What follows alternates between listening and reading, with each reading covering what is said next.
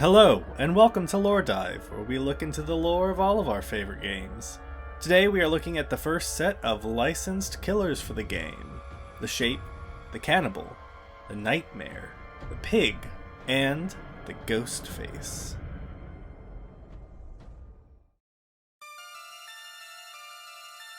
Michael Myers, the Shape. Some humans are simply bad seeds. Seeds with a distilled and pure form of evil. Michael Myers is one of those seeds.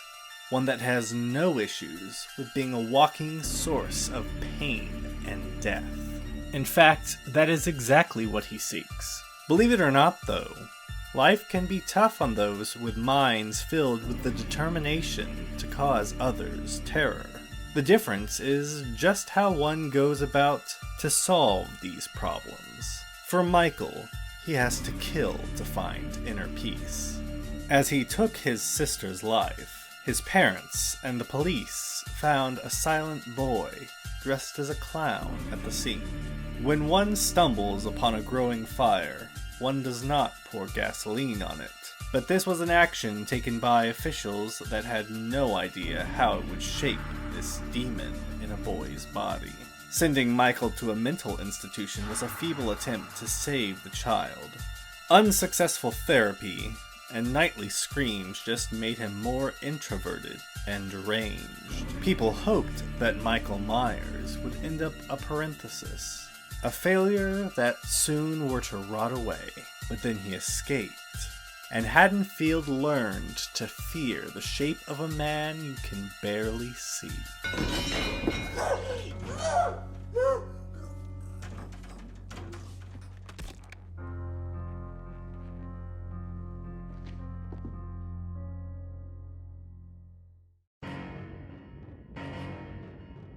The Shape's unique power is Evil Within. With Evil Within, the Shape has a 3-tiered gauge that affects how the Shape hunts his prey. He can increase his tiers by stalking survivors. After moving up a tier, an audible notification is played alerting everyone within the procedural that a new level of evil has been reached. At tier 1 of Evil Within, the Shape has a tremendously reduced terror radius, reduced movement speed, a reduced lunge range, and immunity to detection perks, including but not limited to Object of Obsession. At Tier 2, the Shape's terror radius remains moderately reduced, but his movement speed and lunge range are now on par with average killers. His speed when vaulting through windows is also increased. At Tier 3, the Shape's terror radius is now on par with most killers, his lunge is increased even further, and his basic attacks can put players instantly into the dying status from normal. Along with all of this, his vaulting speed is increased even faster, allowing him to quickly catch up to his prey. The Shape's first perk is Save the Best for Last. The Shape isn't one to eat his dessert first. With Save the Best for Last, the Shape becomes obsessed with one survivor. Each time the Shape deals damage to a player that is not the obsession, they gain a token. For each token gained, the Shape gets a stackable bonus that reduces the cooldown on all successful attacks by 5%. If the Shape hits their obsession, they will lose a portion of their tokens. If the obsession is killed, the Shape will not gain any more tokens, but he will keep the tokens that remain in his possession. The Shape's second perk is Play with Your Food. Michael takes a sick pleasure in messing around with their obsession. When the Shape gets into a chase with their obsession and lets them escape, he will receive a token up to a maximum of 3. For each token he has in this perk, he will increase his movement speed by 5%. Each offensive action he makes after this will decrease his token count by 1. The Shape's final perk is Dying Light. With Dying Light, the Shape is given even more reason to keep his obsession alive until the last possible moment. Each time he hooks a survivor that is not his obsession, he will get a token in Dying Light. For each token that he has in Dying Light, generator progression will slow by a set percentage. The obsession, on the other hand, will get a boost in healing progression as a side effect. If at any point the obsession is killed, all tokens in Dying Light will be lost. Trying to figure out why Michael Myers acts as he does at this point is pointless. There is no longer remnants of what that young boy would have been, as behind that white, blank face lies nothing but pure evil.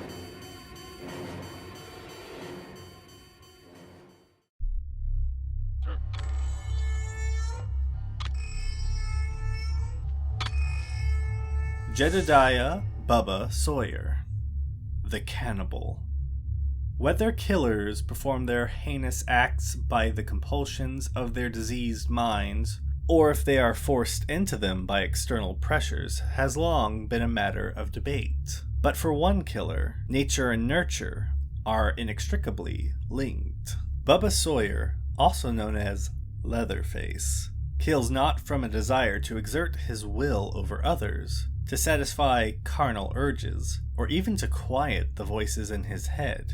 He kills because he is scared. Scared that others will hurt him. Scared that his family will be displeased with him. Scared that their shared willingness to eat human flesh will be discovered. He does as he's told. His family loves him, and that's all that matters. Outsiders are a threat. Threats that need to be dealt with, like those kids that came into the house, uninvited. Walked in like they owned the place. Looked around the house trying to find out his family's secrets, no doubt. But Leatherface dealt with them, protected his family, just as he had been taught. He is not just a protector, though. He has many roles, and each role has its own face. He serves dinner, cares for the family, dresses well when they eat. His grandpa and ma used to care for them all, but grandpa, he is old now, and ma has been still for a while. So Leatherface and his brothers had to take over. Family is everything to him. Family is security and safety. But even though he did his best, one of the intruders got away. He tried to stop her, chasing after her as fast as he could, but she had help. Another outsider driving a truck. The evil trucker killed his brother, ran him over like he was a possum. In a fury, Leatherface leapt at him, the saw ready to avenge his family, but the trucker was too quick. He knocked Leatherface aside and turned his own saw against him. He watched the outsiders driving away. The rage, grief, and pain combined with the worry about what would happen to his family now. They would surely return with the police, and the police would take his brothers, his grandpa. Without them, what would he do? Without their commands, he would wither and die. As his world collapsed, Leatherface spun in circles, swinging the saw all around, trying to fight off the myriad of external threats that surrounded him. Then another feeling overtook him. It came from outside his vision, crawling over his skin with a cold dread. He realized that no matter what outsiders did to him, there was something worse, something bigger that lived in the shadows. He was filled with a terror unlike any he had ever felt before, but it was almost comforting, like the fear he'd felt with his family, the fear of disappointing them. This new force took Leatherface in. He knew it would be his family now, and he instinctively knew what he had to do. He couldn't fail it, not the way he had his previous family. Outsiders would come, but he would use his skills to overcome any threats. There would be screaming, but he could make the world quiet again, until the only sound remaining was the blessed howl of his chainsaw. Let the outsiders come.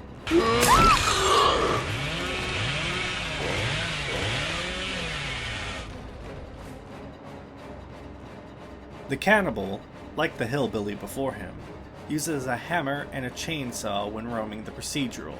Cannibal, however, lacks the hillbilly's agility, and instead will swing his chainsaw wildly around, instantly knocking down any survivor he comes into contact with. However, he is also prone to fits of anger. If he accidentally bumps into a solid object when chasing someone down, he will throw a tantrum before being able to continue chasing survivors again. The Cannibal's first perk is Knockout. Injuries caused by the Cannibal are often extremely painful, making it difficult for the injured to get help. When a survivor is in the dying state, their auras will not be seen by other survivors, unless that survivor is within a certain range. The Cannibal's second perk is Barbecue and Chili. The Cannibal's bond with the entity has unlocked a new way for him to find his prey. Whenever Leatherface hooks a survivor, all survivors' auras are seen for 4 seconds if they are outside a 40-meter radius of the hooked location. Leatherface will not be able to see survivors' auras, however, if the survivor is hidden inside of a locker. On top of this, every time a survivor is hooked for the first time, the killer will gain a 25% bonus to all blood points obtained in the match. The Cannibal's final perk is Sally, I hear something. Stop! Stop!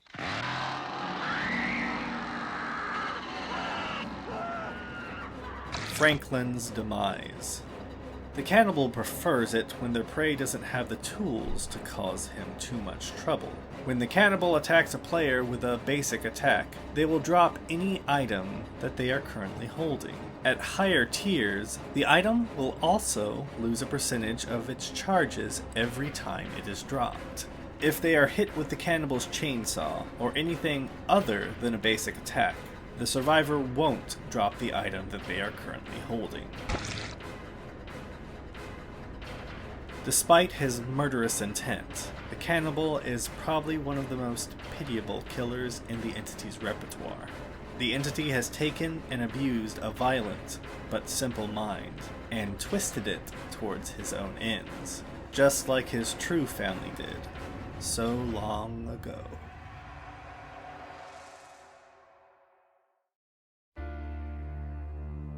Frederick Charles Krueger, the Nightmare. Even while he lived, Freddy Krueger was a creature of nightmares for those who truly knew him.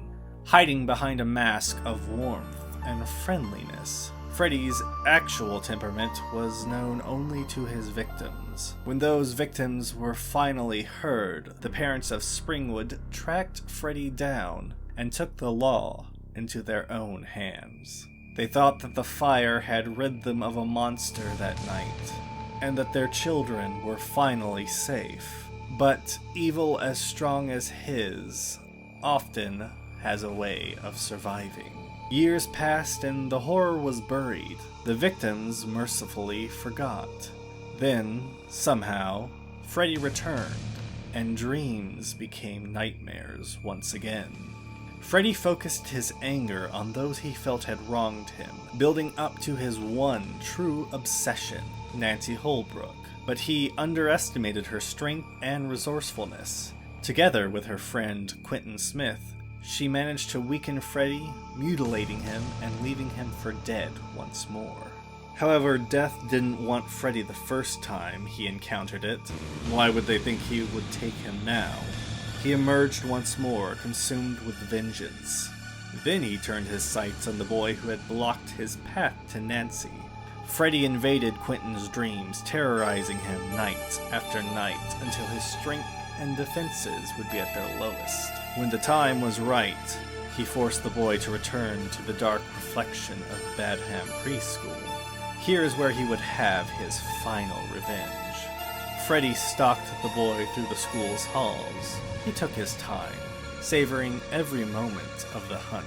This is what he enjoyed the most: the smell of their sweat in the air, the ragged gasps of their terrified breath.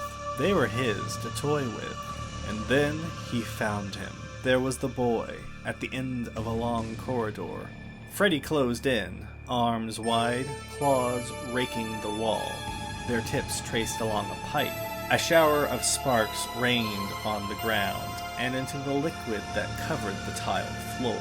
A blue flame blossomed and quickly engulfed the room. The boy took flight as Freddy burst from the flames in a fury. Rooms and walls raced past in a blur until they were in Freddy's basement. There would be no escape from him here. Slowly, Freddy closed in on the boy. His fear was so strong now that Freddy could almost taste it. But his eyes burned with a defiant hatred that was almost admirable. Freddy drew back his claws. Then Freddy felt another presence with him. Something old, powerful, and dark. A miasma enveloped him, and the only sensation was a sound like wooden beams flexing and creaking in the distance. The echoing groan of metal crushed against metal. Something arcane and unknowable.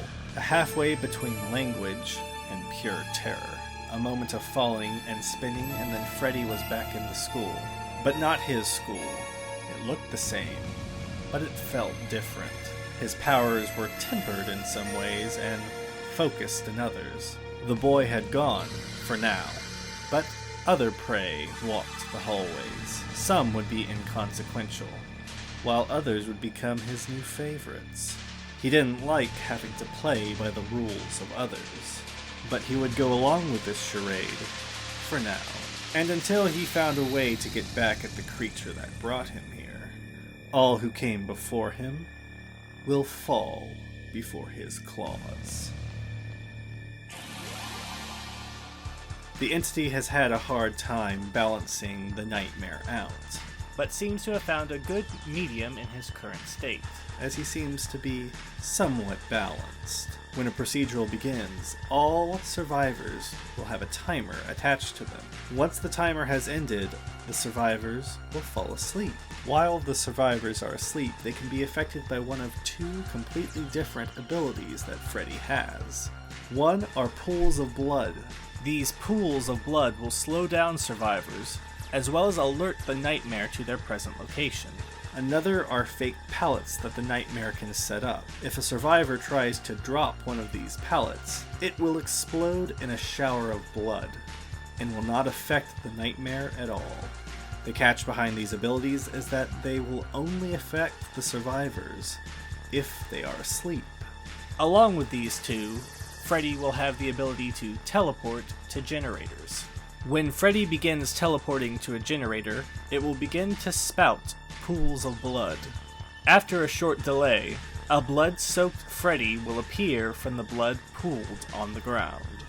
Once a survivor has fallen asleep, they can be woken up in one of three ways. The first is to find an alarm clock that, once asleep, will be highlighted somewhere on the map. Another is to fail a skill check while either trying to complete a generator or when trying to heal. The final way is to find a survivor who is not asleep. Survivors who are not asleep can wake survivors up. However, every time a survivor is woken up in this way, it will take longer and longer to wake them up each additional time. It is also worth noting that if a survivor is hit with Freddy's claws, they will instantly be transported into his world of nightmares. The nightmare's first perk is Fire Up. The increasing pressure of possibly losing his prey fills the nightmare with anger and increases his motivation.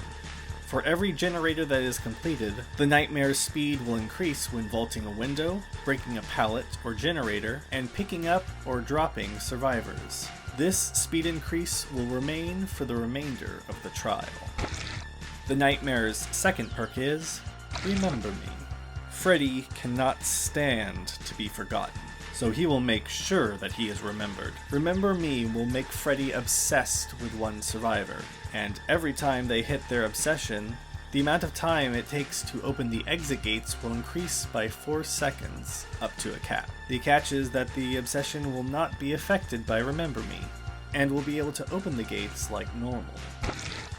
The nightmare's final perk is Blood Warden. As soon as the exit gates are opened, Blood Warden becomes active. With it, the auras of any survivors located within an exit gate are revealed to Freddy. And if a survivor is hooked while Remember Me is active, the entity will block all exit gates for up to a minute.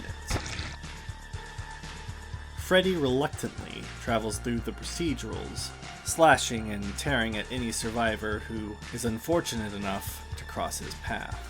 He has made it to where the survivors can't even rest, because their dreams are now breeding grounds for Freddy's endless nightmares. Amanda Young, the Pig. When John Kramer, better known as Jigsaw, had planned for his son to be born during the Chinese Zodiac's Year of the Pig, he wanted there to be a celebration, one where the pig was used to represent fertility and rebirth, a new beginning for him and his wife. But that plan was shattered on the night that a junkie broke into his wife's clinic, hoping to score, and tragedy was a result. After this event resulted in the death of his unborn son, John finally caught up with the junkie, making him his first test subject. And thus, the pig was changed forever. It became a representation of the disease that was rotting John from the inside, and a reminder that we are all just meat unless we elevate ourselves by our actions. He only saw one way to do this, by grasping life from the jaws of death. The pig became a vessel, an agent of Jigsaw, conveying the subjects to their tests. For some who emerged victorious, the pig could still be a rebirth into their new lives as apprentices, even disciples of Jigsaw. That was the case for Amanda Young, a troubled soul whose life has been a catalog of harm, both to herself and to those around her. That changed when she faced and bested Jigsaw's test. Deciding her life was worth something, she became devoted to Jigsaw's cause, ready to take over when his cancer consumed him. But she became more dependent on John, her anguish at his impending death combining with a belief that their test subjects weren't capable of saving themselves, nor of being reborn in the crucible of games. Seeing this, John presented her with another game, another chance to save herself. But Amanda let her rage, jealousy, and self-interest rule her actions. She failed the test and took a bullet as a consequence. Bleeding out on the tiled floor, darkness engulfed Amanda's vision. Then she was in a forest, once more viewing the world through the eyes of the pig. Trees surrounded her, their branches clawing at her from all sides. Waves of panic washed over her as she could hear her breath reverberating inside the mask. Had she been damned, cursed to spend her days here in this guise? Or maybe this was another test. Maybe she hadn't failed at all. John had always thought one step ahead of everyone else, planned for every eventuality, and he would never give up on her. Surely. Jigsaw may be gone, but he inadvertently passed her on to another, a being for whom she would be the pig again. Ultimately, she believed that the choices she made had been right. The time for games was over. There was no chance for redemption for any of them. They were all meat, and meat was destined to die. Amanda's special ability is called Jigsaw's Baptism. Amanda is forever devoted to Jigsaw's cause, which the entity has twisted to its own ends. She views herself as the ultimate judge, punishing the ungrateful and guilty with her murderous puzzles, which is in fact the same puzzle that she herself escaped to become what she is. The pig's ability has two parts. First, she has the ability to crouch. When crouched, the pig has no terror radius and no red stain. If the pig stands, her terror radius will return after a short delay. When crouched, the pig can let out a roar and perform an ambushing attack. This ambush attack will give her a temporary speed boost until the attack is complete. The second part of Jigsaw's baptism is the reverse bear trap. When a survivor is in the dying status, the pig can place a reverse bear trap on their head. If a generator is completed with the reverse bear trap on a survivor's head, a timer will begin. The survivor has a limited amount of time to find Jigsaw bosses, one of which will have the key for their bear trap.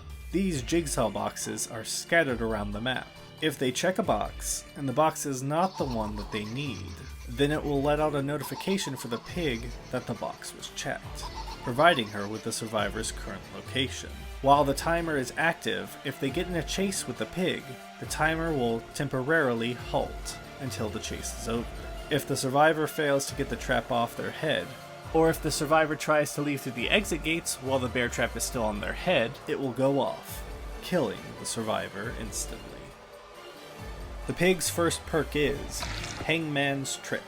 Working on Jigsaw's traps has given Amanda the ability to make her own modification to the entity's hooks, preventing them from sustaining permanent damage. When a hook is destroyed, either through sabotage or sacrifice, it will automatically repair after a short duration.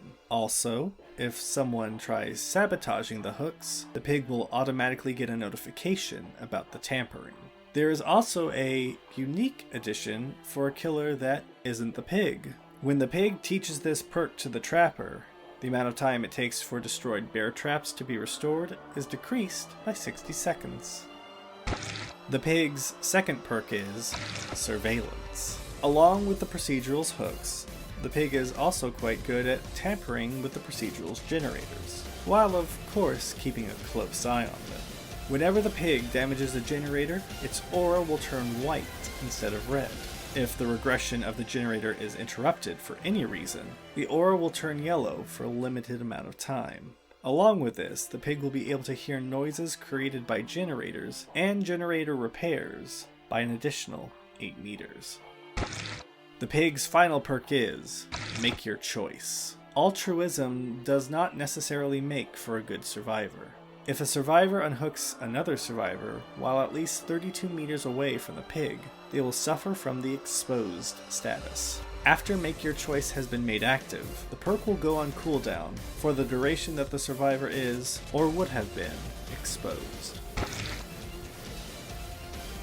Amanda's unstable emotional state is definitely not a plus for the survivors, as she can, and will, do everything she can to make sure the survivors are robbed from the lives that they don't deserve. The irony, of course, being that her twisted perversion of Jigsaw's already twisted game shows that she was never truly ever fit to judge anyone, and only time will tell if she can somehow come to the realization of her own folly.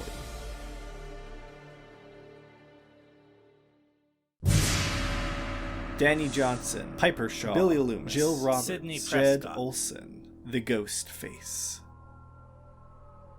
Ghostface is a strange entity, even by most killer standards. While they aren't the only killer to exist in multiple timelines, the way that they exist in these timelines is unique. In one timeline, the face under the Ghostface is a string of killers obsessed with someone who fell into her role as survivor and savior due to events outside of her control. In another version of reality, they are vicious, angry, and jealous due to the life that they feel was stolen from them. These are just some of many faces that hunt in many different timelines. They all have one thing in common though. When they put on that mask, that face, they become something that inspires fear into everyone they come into contact with. Well, almost everyone. No, please don't kill me, Mr. Ghostface. I want to be in the sequel. The ghost face, taken by the entity, is just one of these many faces. At first glance, Jed Olsen was a modest and enthusiastic freelancer, with experience in a variety of small newspapers. The staff at the Roseville Gazette appreciated how easygoing and earnest he seemed, and so he was treated as a stranger for no more than 5 minutes during his interview. As told by an ex-contributor of the Gazette, Jed, as he was called, quickly spotted the editor-in-chief in the room, gave him a wide smile and a firm handshake, and talked about good old American values. And just like that, he was in. Olsen never justified his erratic career path, which zigzagged between several small towns from Utah to Pennsylvania. There was no verification of his previous jobs. He had a decent portfolio, plus a good attitude, and since they needed a contributor right away, the normal background checks that would have been involved in such a process were waived. Olson had been working at the newspaper for 5 months when the Roseville murders began. Victims from young to old, stabbed to death within their homes. From the reports, the victims seemed to be chosen at random, yet the killer knew their way around in their houses. The multiple stab wounds indicated a personal motive, but unfortunately, no DNA traces were found. The local police were confounded. The murders were carried with fury akin to a crime of passion, yet they were coldly premeditated. The murderer also liked to stalk his targets. 2 victims had reported being followed on their way home by a dark figure, a few days prior to their death. The killer would follow them from Walleyes, a small bar in northern Roseville, and snap a picture of them at their home while looking for a way in. He could watch the same victim for weeks, meticulously registering their habits and routines. When he felt the urge to kill, he'd visit the most vulnerable victim on his list and break inside the house quietly. The whole staff worked on the Roseville murder story. Olson was often sent to interview the family of victims and relay official statements from the police. Unknown to everyone at the time, his involvement just added to the final body count. Panic swelled in Roseville when Olson produced footage of a hooded figure breaking into a house at night. The masked face, a white blur in the dark, stared at the camera for a second before disappearing. The ghost face, caught on tape, was the resulting article, written by Olson. He seemed proud of his work at the time, enjoying how the whole town feared his ghost stories. Weeks later, Olson left a note on his work desk and disappeared. I hope you liked my stories. I enjoyed bringing them to life. Don't worry though, I'm not done. Jed Olson. The Roseville law enforcement still refuses to comment, as Jed Olson still remains at large. Danny smiled, ripping out the article from a newspaper. When the investigation had been pointing at him, he packed his bags and left Roseville swiftly. He got up, clammy seat pulling his skin. An oppressive humidity engulfed him as he entered the bedroom. Danny pinned the week-old article on top of a picture of lacerated scalps. A faint pang of hunger hit him, and he'd wondered when he'd eaten last. Was it this morning, while washing his knife and clothes? Or was it last night, after following that girl down the street? He couldn't really remember clearly. Taking a step back, he admired his work on the wall. His mind drifted, remembering all of the articles he'd written, the stories he'd planned, and the scenes he'd brought to life. A shiver ran through him. A chilling breeze transformed the bedroom's humidity into an opaque, freezing fog. He heard a woman shriek. Dead leaves crunched under his feet, and he smiled in anticipation. Ghostface's unique ability is called Night Shroud. The Ghostface's patience, allowing him to study his victims for weeks, has been amplified. While Night Shroud is active, Ghostface has no terror radius and emits no red stain. While in this state, performing a basic attack will immediately knock him out of Night Shroud. While in Night Shroud, Ghostface has the ability to stalk his victims, leering at them from afar. He can do this just while standing out in the open, or he can get behind cover and lean out to stalk at a faster rate. Fully stalking a survivor will mark them and apply the exposed status. If a survivor sees Ghostface and faces him in a moment without anything blocking their field of view, they can knock Ghostface out of Night Shroud. Ghostface's first perk is I'm all ears. The entity heightens Jed's already excellent hearing, and allows him to sense things he wouldn't normally be able to hear. If a survivor performs a rushed action within 48 meters of him, their aura will be revealed for 6 seconds. Ghostface's second perk is Thrilling Tremors. Ghostface's shrewd planning and composure can rouse even the entity into action. Whenever Ghostface picks up a survivor, all generators not being worked on are blocked by the entity for up to 16 seconds. All generators affected by the perk also have their auras changed from red to white while the perk is still active.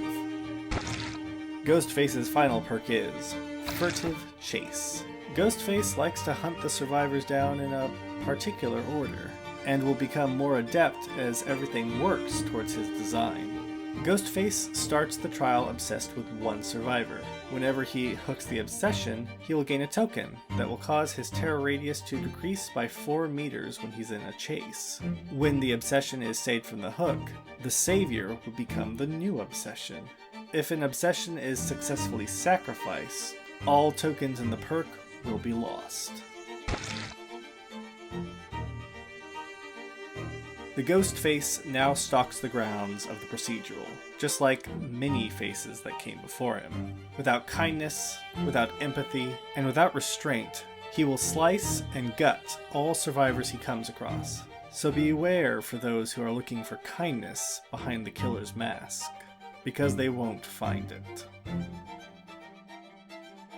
Thank you all for watching this episode of Loredive. The next planned video for Dead by Daylight was going to be, of course, the next group of survivors, but I've recently heard of a few things that could make me derail the series slightly. Hopefully I'll have the next video up within the next couple of weeks explaining the situation, but until then, I'm still working on a few other projects, which will hopefully also be up soon. So, I hope you'll enjoy those in the meantime. If you enjoyed my content and of course would like to see more of what I do, please like and subscribe as it definitely helps me out.